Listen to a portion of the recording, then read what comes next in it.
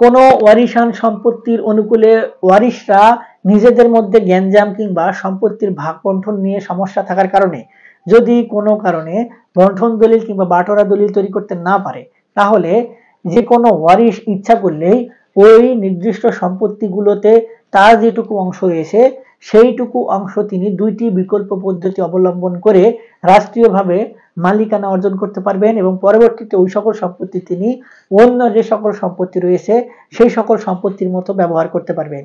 এক্ষেত্রে অন্য ওয়ারিশরা তাকে কোনোভাবেই বাধা প্রদান করতে পারবে না এবং রাষ্ট্রও তাকে ওই সকল সম্পত্তি যে কোনো উপায়ে বিক্রি, যে কোনোভাবে ভোগ দখল এগুলোতে করতে সহযোগিতা করবে। তো চলুন আজকে আমরা এই পদ্ধতিগুলো সম্পর্কে একটু আলোচনা করি। তবে ভিডিওটি শুরু করার আগে আপনি যদি আমার এই চ্যানেলে আজকে প্রথম হন, তাহলে আমার এই ভিডিওটি ভালো লেগে থাকলে পরবর্তী ভিডিও দেখার আগ্রহ জন্মে আমার চ্যানেলটি সাবস্ক্রাইব করে রাখতে পারেন। আর যদি আপনি নিয়মিত আমাদের ভিডিওগুলো দেখে থাকেন, তাহলে বরাবরের মতো লাইক, কমেন্ট এবং শেয়ার করে আমাদেরকে অনুপ্রেরণা দিবেন। যে কোনো পারিবারিক সম্পত্তি ভোগ দখল করার জন্য কিছু নির্দিষ্ট নিয়ম কানুন রয়েছে। পারিবারিক সম্পত্তি কিংবা উত্তরাধিকারী সম্পত্তি স্বাভাবিকভাবেই যে ব্যক্তি সম্পত্তি রেখে মৃত্যুবরণ করলেন সেই ব্যক্তির ওয়ারিশরা পেয়ে থাকে। এখন এই যে সকল ওয়ারিশরা সম্পত্তি পায়, এই সম্পত্তি ভাগ বন্টন করার জন্য ধর্মীয় আইনগুলো সবথেকে বেশি কার্যকরী ভূমিকা পালন করে। তারপরেও ধর্মীয় আইন অনুযায়ী ভাগ বন্টন অনেক সময় করার সুযোগ হয় না, এক্ষেত্রে রাষ্ট্রীয় সহযোগিতাও নিতে হয়। তবে এই সকল সম্পত্তি ভোগ বন্টন করার জন্য রাষ্ট্র কিছু নিয়ম কানুন বলে দেয়। ওয়ারিশদের মধ্যে যেভাবে পারে তারা একত্রিত হয়ে মিলেমিশে আলোচনা সমালোচনার মাধ্যমে কোন ব্যক্তি কোন সম্পত্তিটি ভোগ দখল করবেন সেই সম্পত্তি সেই অনুযায়ী একটি বন্টন দলিল করে পরবর্তীতে সেই বন্টন দলিল কিংবা বাটোয়ারা দলিল নিয়ে সাব রেজিস্ট্রি অফিসে গিয়ে রেজিস্ট্রেশন করতে হয় সকলে মিলে একজোট হয়ে। তারপরে এখন ওই বন্টন দলিল রেজিস্ট্রেশন হওয়ার পরে পরবর্তীতে ওই সকল সম্পত্তির অনুকূলে তাদের যার কাছ থেকে সম্পত্তি তারা পেয়েছেন ওয়ারিশান সূত্রে সেই ব্যক্তির নাম কেটে রেকর্ডীয় খতিয়ান সংশোধন নাম জারি করে তারপরে সেগুলোর মালিক হয়ে সেই সকল সম্পত্তি ভোগ দখল করতে হয় এবং তাদের নামে পরবর্তীতে হোল্ডিং খুলে খাজনা প্রদান করতে হয়। যদি এগুলো প্রসেস না মেনে কোনো ব্যক্তি সম্পত্তি ভোগ দখল করে, অন্য কোনো ওয়ারিশ যদি এসে তাকে সেই সকল সম্পত্তিতে ভোগ দখল করতে বাধা প্রদান করে, তার অংশ এখানে রয়েছে বলে দাবি করে, তাহলে সেই সকল অংশ কিন্তু তাকে ছেড়ে দিতে হয় এবং ওই সকল সম্পত্তির অনুকূলে তিনি যদি নাম জারি না করে নেন তাহলে তিনি কিন্তু খাজনা প্রদান করতে পারবেন না। সেই সকল সম্পত্তি খাজনা 3 বছরের অধিক বকেয়া থাকলে ও অটোমেটিক্যালি রাষ্ট্রীয়ভাবে ওই সকল সম্পত্তি কিন্তু খাস তালিকাভুক্ত হওয়ার সুযোগ থাকে। এখন এই যে একটি প্রসেস, এই প্রসেসটি যদি এই ওয়ারিশ যদি 4-5 জন হয় তারা যদি না যেতে চায় এবং অনেক সময় যে বিষয়টি সামনে এসে দাঁড়ায় সেটি হলো এই যে সম্পত্তিগুলো, এই সম্পত্তিগুলো সবগুলোই কিন্তু নামি দামি কিন্তু গুরুত্বপূর্ণ সম্পত্তি না। অনেক সম্পত্তির রয়েছে মূল্য বেশি, অনেক সম্পত্তি রয়েছে মূল্য কম। এখন যে সম্পত্তিটি ভালো, মূল্য বেশি, গুরুত্ব বেশি, ওই সকল সম্পত্তি কিন্তু সকল ওয়ারিশেই যে অংশ সেটি নিতে চায়। এখন সকলেই যদি একটি সম্পত্তি নিতে চায় তখন কিন্তু কোনোভাবেই নিজেদের মধ্যে সমঝোতা করা সম্ভব না, যার কারণে বাটোয়ারা দলিল, বন্টন দলিলও হয় না। এখন একজন ওয়ারিশের খুব প্রয়োজন, সেই ঝুট ঝামেলার মধ্যে যেতে চায় না কিংবা থাকতে চায় না, সেক্ষেত্রে তার কিন্তু দুটি বিকল্প পদ্ধতি রয়েছে, যে দুটি বিকল্প পদ্ধতিতে তিনি তার পৈতৃক কিংবা উত্তরাধিকারী সম্পত্তি যেটুকু অংশ পাওয়ার কথা সেটুকু সম্পত্তির অনুকূলে তিনি রাষ্ট্রীয়ভাবে মালিকানা অর্জন করতে পারবেন, খাজনা প্রদান করতে পারবেন, ওই সকল সম্পত্তি ক্রয় বিক্রয় করতে পারবেন, পারিবারিক যে বাসস্থান সেটি করতে পারবেন, ব্যবসা প্রতিষ্ঠান করতে পারবেন, অন্য ওয়ারিশ তাকে সে বাধা প্রদান করতে পারবে না। এর জন্য তার সর্বপ্রথম যে বিকল্প পদ্ধতি সেটি হলো, ধরুন তার যে সম্পত্তি পাবার কথা এই সকল সম্পত্তি অনেক জায়গায় বিদ্যমান, অর্থাৎ 5 জন ওয়ারিশ যদি হয় এবং সম্পত্তি যদি 5 জায়গায় হয় 10% করে, তাহলে প্রত্যেকেই প্রত্যেক জায়গা থেকে 2% করে পাওয়ার কথা। কিন্তু যদি প্রত্যেকেই প্রত্যেক জায়গা থেকে 2% করে নেয় তাহলে ওই সকল সম্পত্তি কিন্তু কেউ কোনোভাবেই কাজে লাগাতে পারে না। এখন কোনো ব্যক্তির কাছে যদি সম্পত্তি হস্তান্তর করে তাহলে কেউ এসে তো 10%-এর মধ্যে 2% ক্রয় করবে না, কিংবা যদি কোনোভাবে ব্যবসা প্রতিষ্ঠান করার প্রয়োজন হয় 2%-এর মধ্যে কিন্তু ব্যবসা প্রতিষ্ঠান হয় না, বাসস্থান হয় না, তো একটি কিন্তু অসুবিধায় থেকে যায়। তাই 5 জনকে 5 জায়গায় কিন্তু সম্পত্তি নিতে হবে, কিংবা 2 জন এক জায়গায় নিল আর 2 জন আরেক জায়গায় নিল, এইভাবেই কিন্তু নিতে হবে, নিয়ে সুবিধাজনক অবস্থান তৈরি করতে হবে।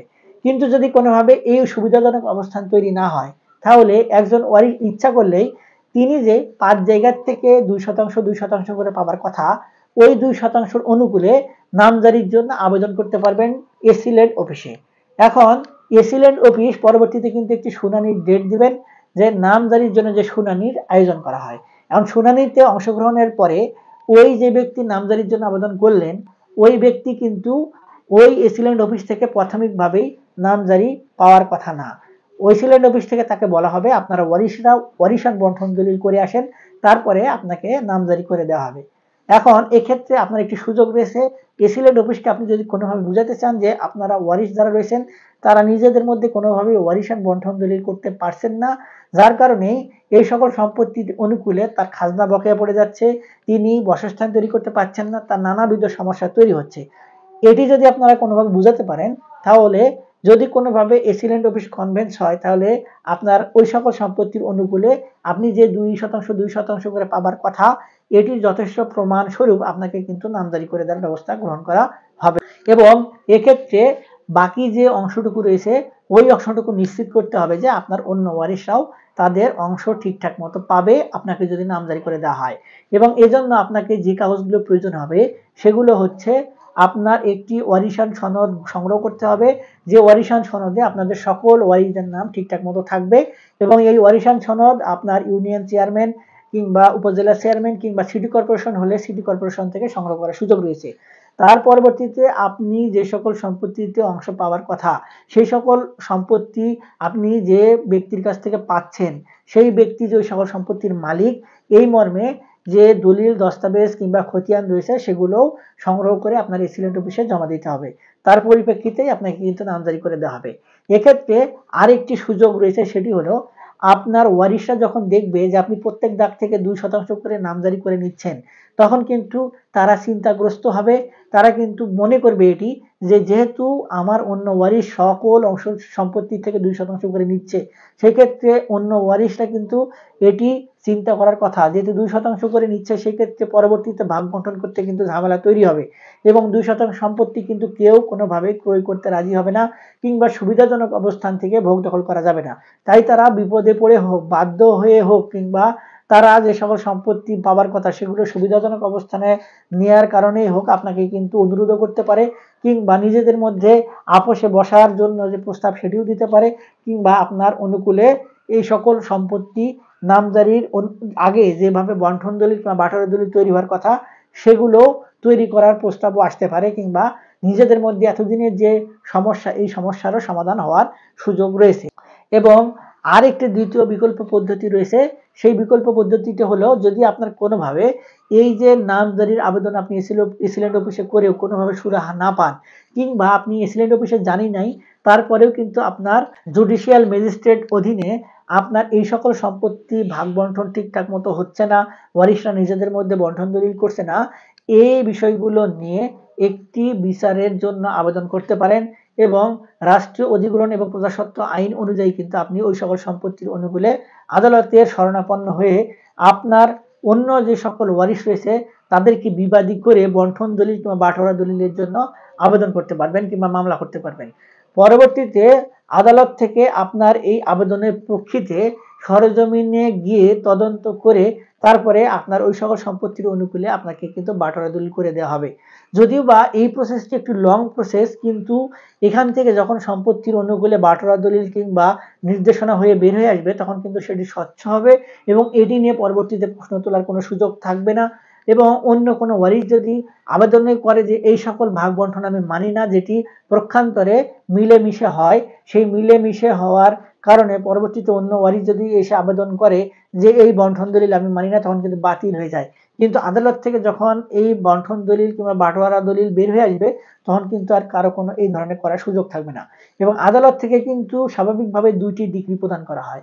একটি ডিগ্রি প্রদান করার পরে আপনারা কিন্তু অন্য সকল যে ওয়ারিশ রয়েছে তারা নিজেদের মধ্যে বসে সমঝোতা করে যদি কোনোভাবে বাটোয়ারা দলিল তৈরি করে, তাহলে আদালত সেই বাটোয়ারা দলিলের উপর সন্তুষ্ট হয়ে কিন্তু রায় প্রদান করেন। তারপরে যদি নিজেদের মধ্যে বন্টন দলিল কিংবা বাটোয়ারা দলিল এই ডিক্রি জারির পরে করার সুযোগ না থাকে, তাহলে কিন্তু পরবর্তীতে আরেকটি ডিক্রি প্রদান করে ওই সকল সম্পত্তির অনুকূলে কে কোথায় কতটুকু অংশ পাবে এটি নিয়ে একটি সুনির্দিষ্ট নির্দেশনা প্রদান করেন, এবং এই নির্দেশনা অনুযায়ী কিন্তু আপনারা যে সকল ব্যক্তিরা ওয়ারিশান বন্টন দলিল ছাড়াই সম্পত্তি ভোগ দখল করার কথা তারা কিন্তু ভোগ দখল করতে পারবেন।